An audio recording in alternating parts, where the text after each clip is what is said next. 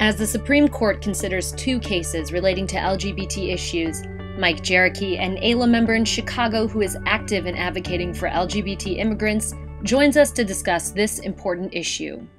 I work with binational same-sex couples, so a lot of families, U.S. citizens or lawful permanent residents who want to be able to stay united with their foreign national partner, spouse, or permanent partner. One of the most vulnerable populations are binational same-sex couples. And whereas they can get married in many states in the United States and jurisdictions abroad, and same-sex marriage is legal or civil unions are legal, those unions are not recognized at the federal level because of the Defense of Marriage Act, which discriminates against their relationships and does not recognize their relationships for immigration benefits. At the end of January, both the Senate and President Obama put forth their frameworks for immigration reform, of which only the Obama plan would address LGBT immigration. I think the plan that the Obama administration has put out to include same-sex families in any comprehensive immigration reform is the plan that I hope the Senate looks to, is the plan that I hope the House looks to. Because when we talk about LGBT families, we're talking about individuals who are potentially legally married in the United States, but their relationships are not recognized at the federal level. So the Uniting American Families Act and other legislation will recognize these individuals.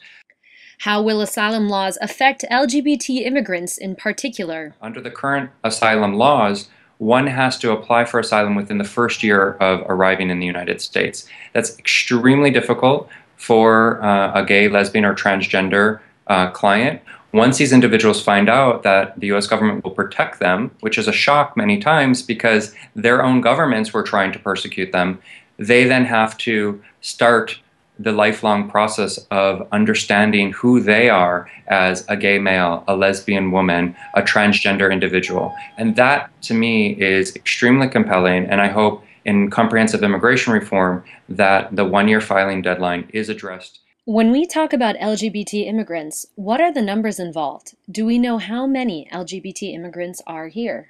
I mean, when we're talking about binational same-sex families, we're not just talking about something in the abstract. The Williams Institute has come out with numbers that there are upwards of 30,000 binational same-sex couples living in the United States who could benefit from LGBT inclusion and comprehensive immigration reform. There are upwards of 280,000 adult LGBT undocumented individuals in the United States. And this is a conservative number because this is based on census data, self-reporting data. So those who have not come out of the shadows yet, or those who were too afraid to come forward to report, are still out there. So those numbers are much greater, and this is a population that needs to have protection.